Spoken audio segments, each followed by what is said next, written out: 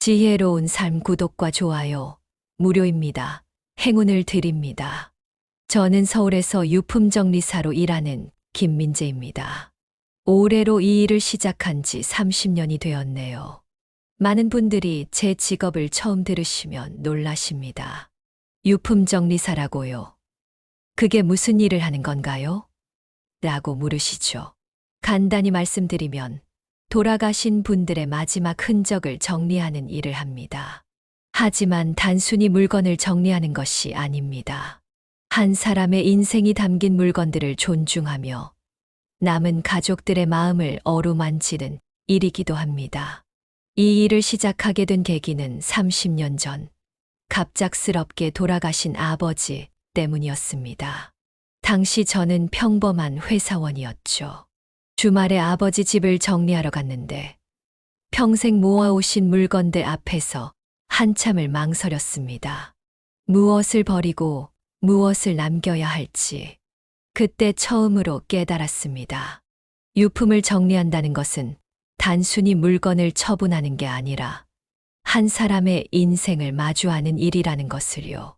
그 후 유품정리사 교육을 받고 이 일을 시작했습니다. 처음에는 많이 힘들었습니다. 매번 새로운 이별의 현장을 마주해야 했으니까요. 하지만 시간이 지날수록 이 일에 더 큰 의미를 찾게 되었습니다. 우리가 정리하는 것은 단순한 물건이 아닙니다. 한 사람의 삶과 추억, 그리고 그들이 남긴 이야기입니다. 특히 기억에 남는 첫 의뢰는 홀로 사시다 돌아가신 김춘자 할머니의 집이었습니다.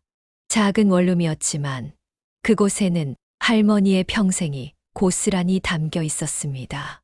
낡은 앨범 속에는 젊은 시절 찍은 사진들이 가득했고 장롱 속에는 손때 묻은 한복이 고이 접혀 있었죠.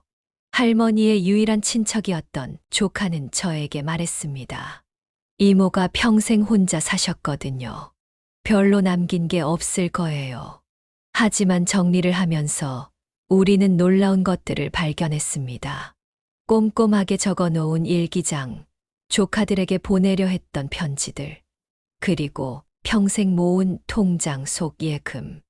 홀로 사셨지만 가족들을 한시도 잊지 않으셨던 흔적들이었습니다. 그날 저는 깨달았습니다. 유품정리사의 일은 단순히 물건을 정리하는 것이 아니라 한 사람의 마지막 이야기를 듣고 전달하는 일이라는 것을요. 때로는 슬프고 때로는 가슴 아프지만 그 속에서 우리는 삶의 진정한 의미를 발견하게 됩니다. 오늘도 새로운 의뢰가 들어왔습니다.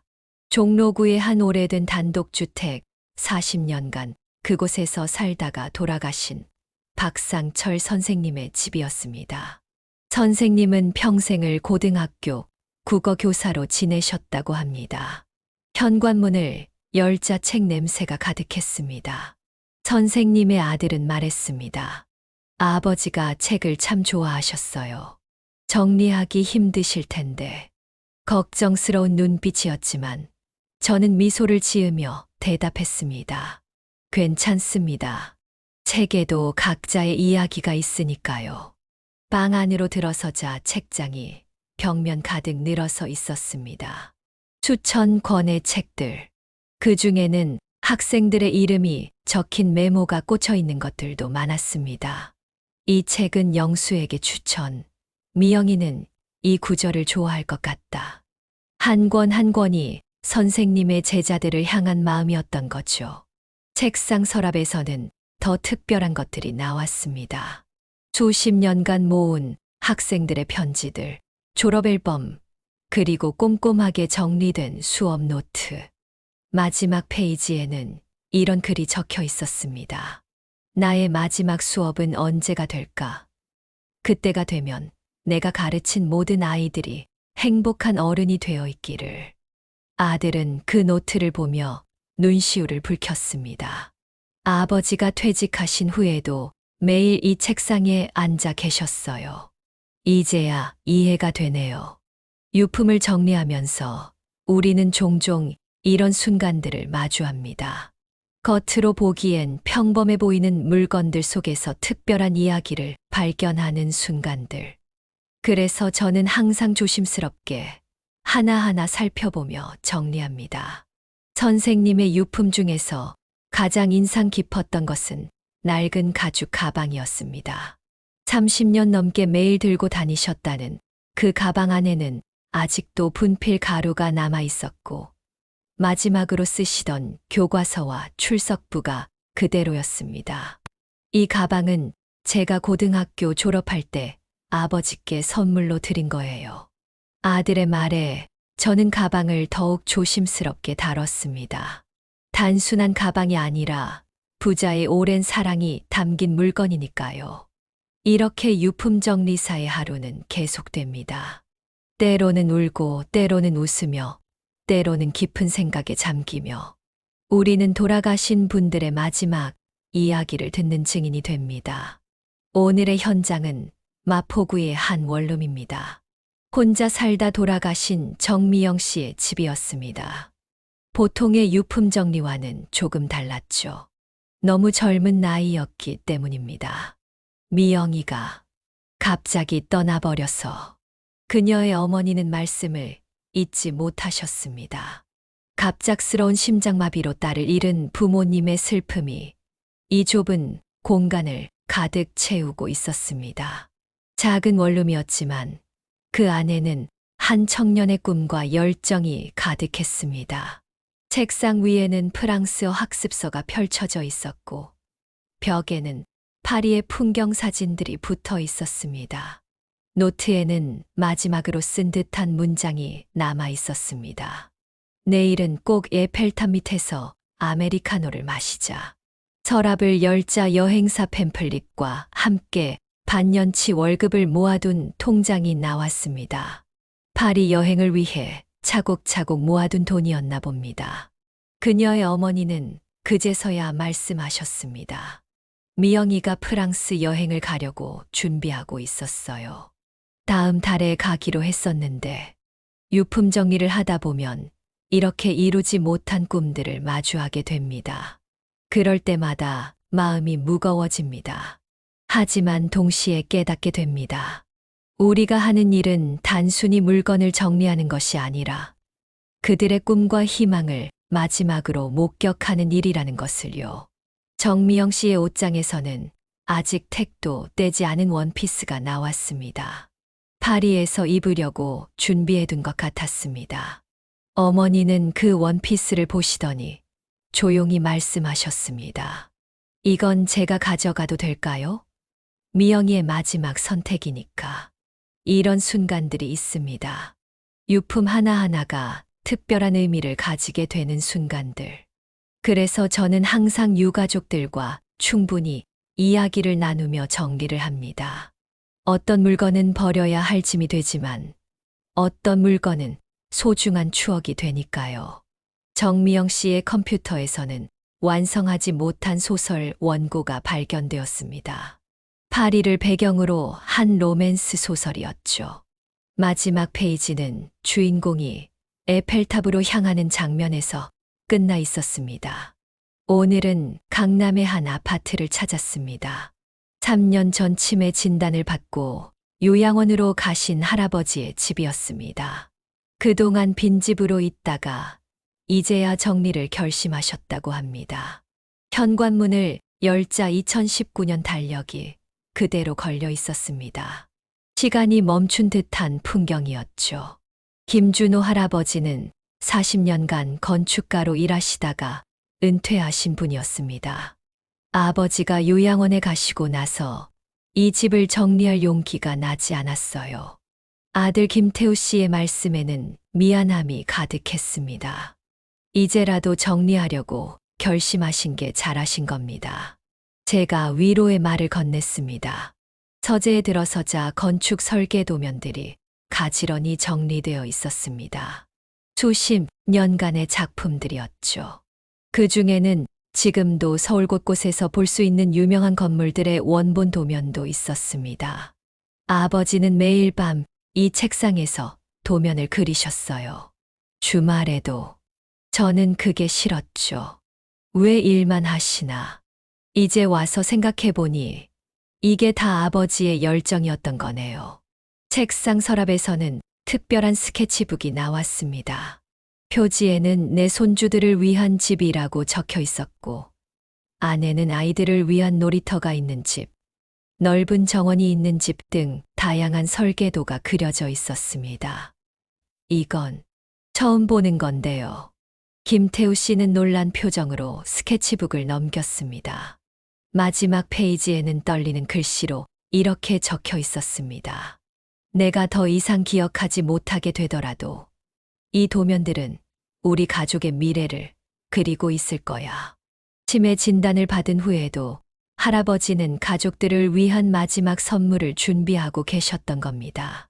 김태우 씨는 그 자리에서 한참을 울었습니다. 서재 한켠에는 작은 금고가 있었습니다. 비밀번호를 아는 사람이 없어 오랫동안 열지 못했다고 합니다. 저는 할아버지의 수첩에서 자주 등장하는 숫자들을 조합해 보았고, 마침내 금고를 열 수 있었습니다. 안에는 손글씨로 쓴 편지 한 통이 있었습니다. 사랑하는 가족들에게. 김준호 할아버지의 금고에서 발견된 편지를 함께 읽어보았습니다. 사랑하는 가족들에게. 내가 이 편지를 쓰는 건 아직 내 기억이 또렷할 때입니다. 의사가 곧 많은 것을 잊게 될 거라고 했어요. 그래서 잊기 전에 꼭 하고 싶은 말들을 적어둡니다. 태우야, 아빠가 너무 일만 했지. 내가 어렸을 때 함께 놀아주지 못해 미안하구나. 하지만 널 위해 최선을 다했다는 걸 알아주었으면 해. 내가 자랑스러운 아들이라는 걸 잊기 전에 꼭 말하고 싶었단다. 며느리 미경이에게 항상 고맙다는 말을 하고 싶었어요. 당신이 우리 가족에 들어와서 얼마나 행복했는지 모릅니다. 내가 치매에 걸린 후에 이상한 행동을 하더라도 이해해 주세요.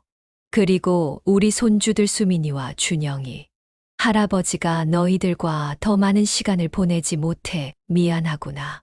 금고 안에 있는 통장은 너희들의 대학 등록금으로 써주렴. 할아버지의 마지막 선물이야. 마지막으로 내가 설계한 모든 건물들은 내 인생의 자부심이었습니다. 하지만 지금 와서 보니 가장 중요한 건 가족이었네요. 내가 잊어가더라도 우리 가족만큼은 꼭 기억하고 싶습니다. 2019년 8월 15일, 아빠가, 남편이, 할아버지가 편지를 읽는 동안 방 안은 침묵으로 가득했습니다. 김태우 씨는 떨리는 손으로 편지를 접었습니다. 아버지가 이런 마음을 품고 계셨다니. 유품 정리를 하다 보면 이런 순간들이 있습니다. 말하지 못했던 마음들, 전하지 못했던 이야기들이 물건 속에서 발견되는 순간. 그때마다 저는 깨닫습니다. 우리가 정리하는 것은 단순한 물건이 아니라 누군가의 마지막 메시지라는 것을요. 금고 안에는 편지와 함께 오래된 사진 앨범도 있었습니다. 젊은 시절의 할아버지가 건설 현장에서 활짝 웃고 있는 모습, 어린 김태우 씨를 안고 찍은 사진, 손주들과 놀이터에서 보낸 행복한 순간들. 이 사진들, 제가 몰랐던 것들이네요. 김태우 씨는 천천히 앨범을 넘기며 말했습니다. 오늘은 특별한 유품 정리가 있었습니다. 홀로 살다 돌아가신 이영자 할머니의 집이었습니다. 연락할 수 있는 가족이 없어 구청에서 의뢰가 들어온 케이스였죠. 작은 반지하 방, 20년간 이곳에서 살아오신 할머니의 흔적을 정리하기 시작했습니다. 처음에는 평범해 보이는 물건들이었습니다. 하지만 하나하나 들여다볼수록 특별한 이야기들이 보이기 시작했습니다. 낡은 재봉틀 옆에는 수십 개의 인형들이 가지런히 놓여 있었습니다. 직접 만드신 것 같았죠. 각각의 인형에는 이름표가 달려 있었습니다. 미라 2층에 사는 다문화 가정 아이, 준호 옆집 할머니 손자, 소영이 골목 문방구 딸. 인형들과 함께 있던 노트에는 이렇게 적혀 있었습니다. 오늘도 동네 아이들이 찾아왔다. 내가 만든 인형을 받고 좋아하는 모습을 보면 나도 행복하다. 나에게는 손주가 없지만 이 아이들이 다 내 손주 같다. 부엌 선반에서는 각종 반찬통들이 나왔습니다. 모두 비어 있었지만 각각의 통에는 메모가 붙어 있었습니다. 김치 혼자 사는 영수 학생에게, 멸치볶음 옆집 혼자 사는 할아버지께, 약과 골목 경비 아저씨께. 홀로 사셨지만 이웃들과 나누는 삶을 사신 것 같았습니다. 서랍장 안에서는 오래된 편지들이 나왔습니다. 모두 동네 주민들이 보낸 감사 편지였습니다. 할머니가 주신 인형, 우리 딸이 너무 좋아해요. 매번 맛있는 반찬 감사합니다. 할머니 덕분에 힘이 났어요. 혼자였지만 혼자가 아니었던 삶. 작은 방 안에서 발견한 것은 나눔의 흔적이었습니다. 달력에는 빨간 동그라미가 쳐져 있었습니다. 동네 아이들 생일, 독거노인 친구 만나는 날, 경로당 봉사하는 날, 마지막까지도 다른 사람들을 생각하며 사신 분이었네요. 이영자 할머니의 방에서 발견된 마지막 물건은 작은 상자였습니다. 마지막 선물이라고 적힌 쪽지와 함께요. 이 상자를 발견하신 분께 저는 이제 더 이상 이 자리에 없을 것 같습니다. 하지만 제가 떠나기 전에 마지막 부탁을 하고 싶어요. 상자 안에는 제가 마지막으로 만든 인형들이 있습니다. 부디 동네 아이들에게 나눠주세요. 그리고 냉장고에는 제가 마지막으로 담근 김치가 있습니다. 늘 반찬을 나눠 드시던 이웃분들께 전해주세요. 저는 가족이 없어 외로울 거라 생각했지만 이 동네 사람들이 제 가족이 되어 주었습니다. 제가 떠난 후에도 이분들이 서로 돕고 나누며 살아가셨으면 좋겠습니다. 마지막으로 제 재봉틀은 동네 다문화센터에 기증하고 싶습니다. 그곳에서 새로운 삶을 시작하는 분들에게 도움이 되었으면 합니다. 이 글을 읽으시는 분께 부탁드립니다. 제가 못다한 나눔을, 제 마지막 소원을 이뤄주세요. 감사합니다. 이영자 올림. 할머니의 마지막 부탁대로 저는 상자 속 인형들을 동네 아이들에게 나눠주었습니다. 김치는 이웃분들께 전달했고 재봉틀은 다문화센터로 보냈습니다. 놀라웠던 것은 할머니의 장례식 날이었습니다. 가족이 없다고 생각했는데 동네 주민들이 모두 모였습니다. 할머니에게 인형을 받았던 아이들, 반찬을 나눠 먹었던 이웃들, 다문화센터 사람들까지. 할머니는 우리 모두의 할머니셨어요. 한 주민이 눈물을 흘리며 말했습니다. 유품 정리를 하다 보면 때로는 슬프지만 때로는 이렇게 따뜻한 이야기도 만납니다. 홀로 살았지만 결코 외롭지 않았던 삶, 나눔으로 가득했던 인생. 이영자 할머니의 작은 방에서 저는 큰 가르침을 받았습니다. 진정한 부자는 물건이 아닌 마음을 많이 가진 사람이라는 것을요. 오늘은 특별한 의뢰가 들어왔습니다. 30년 동안 닫혀있던 옛 사진관을 정리하는 일이었습니다. 추억사진관이라는 낡은 간판이 달린 이곳은 1990년대 초반까지 영업을 하다가 문을 닫았다고 합니다. 아버지가 돌아가시고 나서 한 번도 열어보지 못했어요. 사진관 주인의 딸 박미선 씨가 말씀하셨습니다. 먼지 쌓인 유리문을 열자 시간이 멈춘 듯한 공간이 나타났습니다. 아날로그 카메라들, 옛날 필름들, 그리고 수많은 현상하지 않은 필름들이 있었습니다. 이건 찾아가지 않은 필름들인가 봐요. 서랍 안에는 1992년도의 영수증들과 함께 보관된 필름들이 가지런히 정리되어 있었습니다. 아버지가 항상 하시던 말씀이 있어요. 사진은 시간을 담는 일이라고. 누군가의 소중한 순간들이 여기 있는 거네요. 현상소 장비는 여전히 작동했습니다. 저희는 오래된 필름들을 하나씩 현상하기 시작했습니다. 그리고 놀라운 순간들이 하나둘씩 모습을 드러냈습니다. 첫 번째 필름에서는 어린 신부의 웨딩 사진이 나왔습니다. 1992년 3월의 날짜가 적혀 있었죠. 두 번째 필름에는 졸업식 단체 사진, 세 번째는 돌잔치 사진. 이 사진들의 주인공들은 지금 어떻게 살고 계실까요? 박미선 씨가 물었습니다. 저는 SNS와 지역 커뮤니티를 통해 추억사진관에서 1990년대 초반의 사진을 찍으신 분들을 찾는다는 글을 올렸습니다. 그리고 며칠 뒤 놀라운 일이 일어났습니다. 저희 부모님 웨딩 사진이에요. 한 중년 여성이 찾아오셨습니다. 1992년 3월에 그 신부가 바로 그분의 어머니였던 거죠. 어머니가 작년에 돌아가셨어요. 웨딩 사진을 잃어버려서 늘 아쉬워하셨는데 사진을 받아든 딸은 눈물을 흘렸습니다. 추억사진관 이야기는 계속됩니다. SNS에 올린 글은 순식간에 퍼져나갔습니다. 전국 각지에서 연락이 왔습니다. 1992년 봄, 저희 학교 졸업식 사진을 찍으러 갔었어요. 우리 아들 돌잔치 사진이 있을까요? 지금 그 아들이 30이 됐네요. 30년 전 찍혀진 사진들이 하나둘 주인을 찾아갔습니다. 각각의 사진에는 저마다의 이야기가 담겨 있었습니다. 졸업식 단체 사진 속 학생들은 이제 중년이 되어 있었습니다. 그들은 옛 친구들의 모습을 보며 추억을 나눴습니다. 여기 강당 앞에서 찍은 거 기억나? 그때 우리가 꿈꾸던 미래가 있었는데. 맞아. 지금 우리 아이들이 그때 우리 나이가 됐네.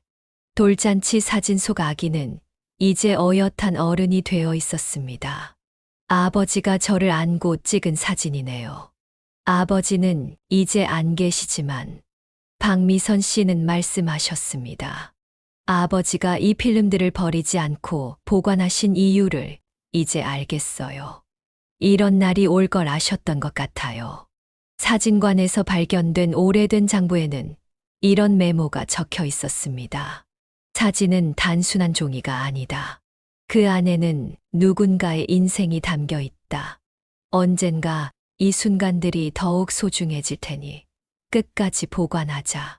마지막 페이지에는 이런 글도 있었습니다. 매일 카메라 앞에서 웃는 사람들을 보며 살았다. 그들의 행복한 순간을 기록하는 것이 나의 행복이었다. 이 필름 속에 담긴 미소들이 영원히 빛나길.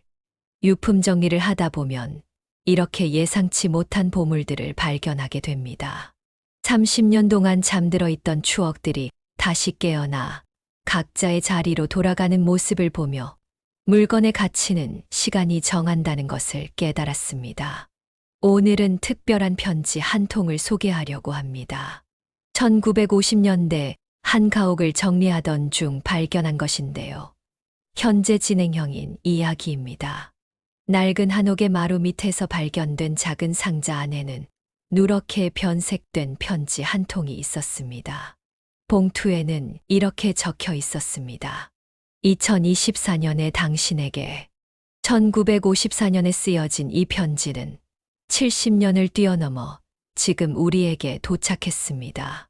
편지의 내용을 함께 읽어볼까요?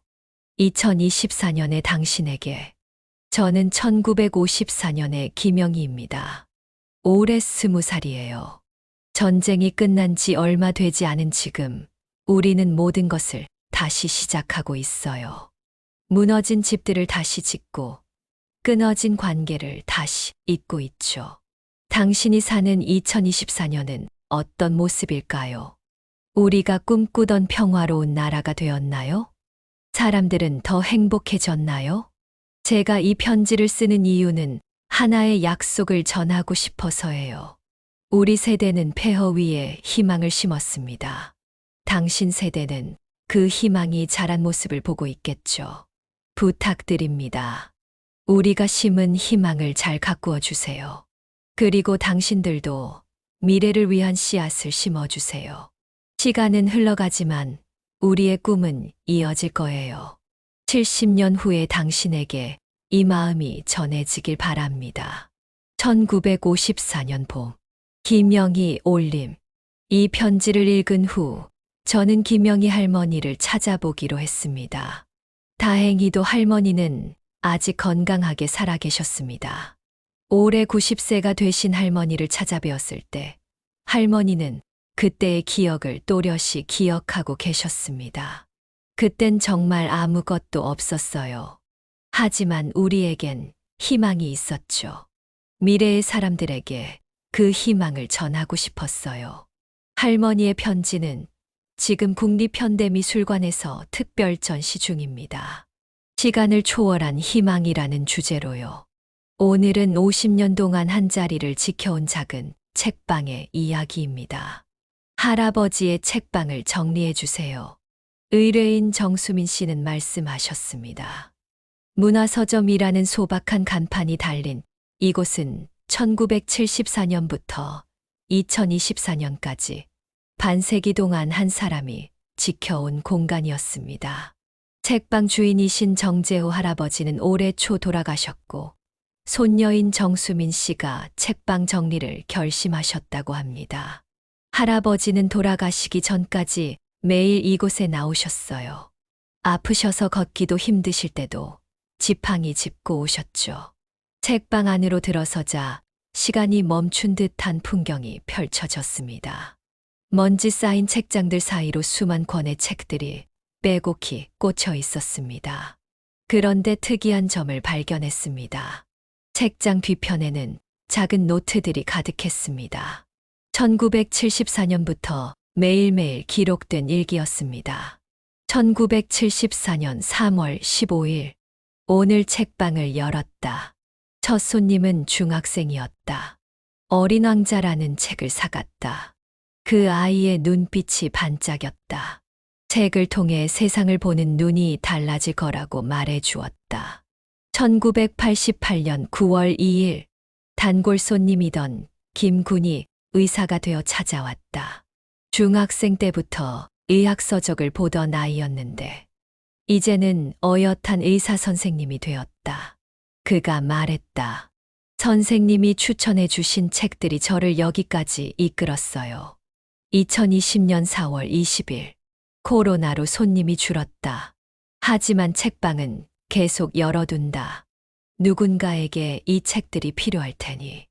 노트 속에는 50년간 이 책방을 거쳐 간 사람들의 이야기가 기록되어 있었습니다. 책을 사러 왔다가 인생의 전환점을 맞은 사람들, 위로가 필요해 찾아온 사람들, 꿈을 찾아온 청년들. 정수민 씨는 할아버지의 노트를 읽으며 울먹였습니다. 이렇게 많은 사람들의 인생에 할아버지가 함께 하셨네요. 책방 정리를 하면서 우리는 특별한 결정을 내렸습니다. 이 공간을 작은 도서관으로 바꾸기로 한 것입니다. 할아버지의 50년 세월이 담긴 책들을 많은 사람과 나누고 싶다는 정수민 씨의 바람이었습니다. 문화서점의 이야기는 새로운 장을 맞이했습니다. 2024년 봄, 정재호 기억도서관이라는 이름으로 문을 열었습니다. 오래된 책방의 모습은 그대로 간직한 채 작은 도서관으로 탈바꿈했습니다. 개관식 날 뜻밖의 손님들이 찾아왔습니다. 저는 1974년에 이곳에서 첫 책을 샀던 학생입니다. 첫 손님이었다는 그 중학생은 이제 은퇴한 교수가 되어 있었습니다. 그때 선생님께서 추천해 주신 어린 왕자는 제 인생의 방향을 바꾸어 놓았죠. 의사가 된 김군도 찾아왔습니다. 이제는 제가 젊은 의사들에게 책을 추천하고 있습니다. 선생님께 배운 대로요. 할아버지의 오래된 일기장은 도서관의 특별 전시물이 되었습니다. 한 동네 책방지기의 50년이라는 제목으로요. 정수민 씨는 할아버지의 마지막 일기를 공개했습니다. 2024년 1월 1일. 오늘도 책방을 열었다. 50년이란 시간이 이렇게 빨리 흘러갈 줄이야. 내가 젊었을 때는 책을 통해 미래를 꿈꾸었다. 이제는 책을 통해 과거를 기억한다. 책이란 건 참 신기하다. 시간을 앞으로도 뒤로도 움직일 수 있으니 나의 작은 책방이 누군가에게 시간 여행의 출발점이 되었기를, 그들의 인생의 작은 이정표가 되었기를. 이제 나의 여정은 여기까지인 것 같다. 하지만 책들은 계속해서 누군가의 이야기가 되어줄 것이다. 그것이 바로 책의 마법이니까. 도서관은 특별한 프로그램도 시작했습니다. 책과 함께 크는 이야기라는 이름으로 세대를 넘어 책의 가치를 나누는 모임을 매주 진행하고 있습니다. 할아버지가 50년간 모은 책들은 이제 새로운 독자들을 만나고 있습니다. 시간이 멈춘 것 같던 그 책방은 이제는 시간을 이어주는 다리가 되었습니다. 정재호 할아버지의 마지막 소원처럼 책들은 계속해서 누군가의 이야기가 되어주고 있습니다. 더 많은 지혜로운 이야기를 함께 나누고 싶으시다면 좋아요 버튼을 눌러주세요. 영상이 도움이 되셨다면 좋아요는 큰 힘이 됩니다. 구독 버튼을 눌러주세요. 종 모양 알람 버튼을 눌러 전체 알림부로 설정해 주세요. 새로운 영상이 올라올 때마다 가장 먼저 만나보실 수 있습니다. 댓글로 여러분의 생각을 나눠주세요. 다음에 다루었으면 하는 주제나 고민이 있다면 댓글로 남겨주세요. 여러분의 의견이 다음 영상의 소중한 밑거름이 됩니다. 앞으로도 삶에 도움이 되는 의미 있는 이야기로 찾아뵙겠습니다. 함께 해주셔서 감사합니다. 다음 영상에서 만나요.